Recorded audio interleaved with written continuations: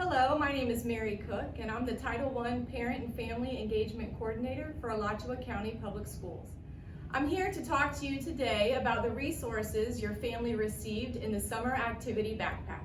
The first resource you'll notice will be the 4 readers. These readers were selected for specific grade levels and include both fiction and nonfiction texts. The readers are designed to capture students' attention and interest and are also perfect for a younger child to read with an adult. The backpack includes a 2-sided parent tip card.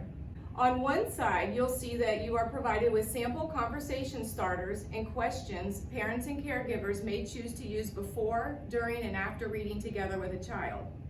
On the other side, there are ideas for reading together as a family. These tips can be used with the readers provided in the backpack as well as with other books your child is reading. Another resource you'll find in the backpack is the Thought Journal. Students can use this journal to respond to what they are reading by recording their questions, drawing pictures, or jotting down their thoughts. The last resource in your backpack is the Kids Learn activity book. This activity book supports students academically through the transition to the next grade level. The activity book provides review materials as well as a preview of what your child will learn in the next grade. There are parent tips inside the front cover, along with an answer key that can be found in the back. The reading, language arts, and math lessons provide students with 6 weeks worth of summer learning activities. The purpose of the Kids Learn activity book is that your child is doing a little bit of learning every day while moving at a pace that is right for your family. I'll now hand things over to Richard Wells, who will talk to you about how to use these materials to set up summer learning routines and goals with your family. Thanks so much, Mary. The first thing we're going to talk about is setup.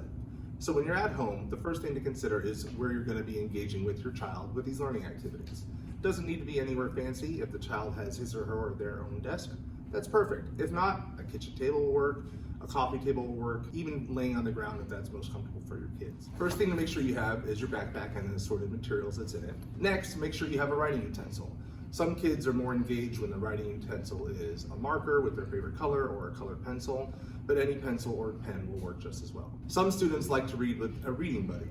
This can be a favorite stuffed animal or maybe even a fidget that they like to have in their hands as they read. Anything to make the experience that much more engaging and comfortable for your children. The next thing we're going to talk about is goal setting. Now, what you want to do is try to get your children involved in the setting of their goals alongside you.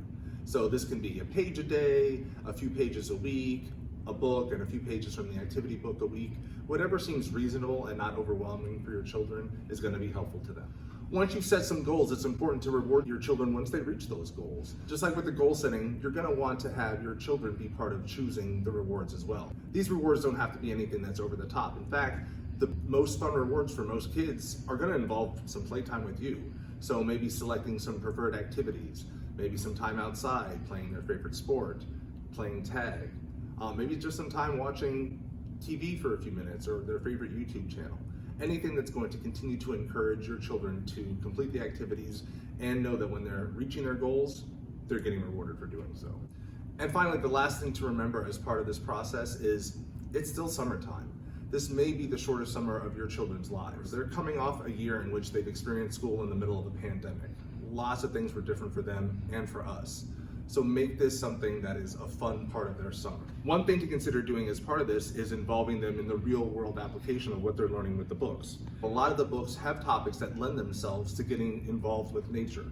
If they're reading about a butterfly's life, for example, while you're reading the book, take a few moments to go outside, see if you can find some butterflies, some chrysalises, some other flying insects that they can point to and talk about the differences between butterflies and what they're seeing outside.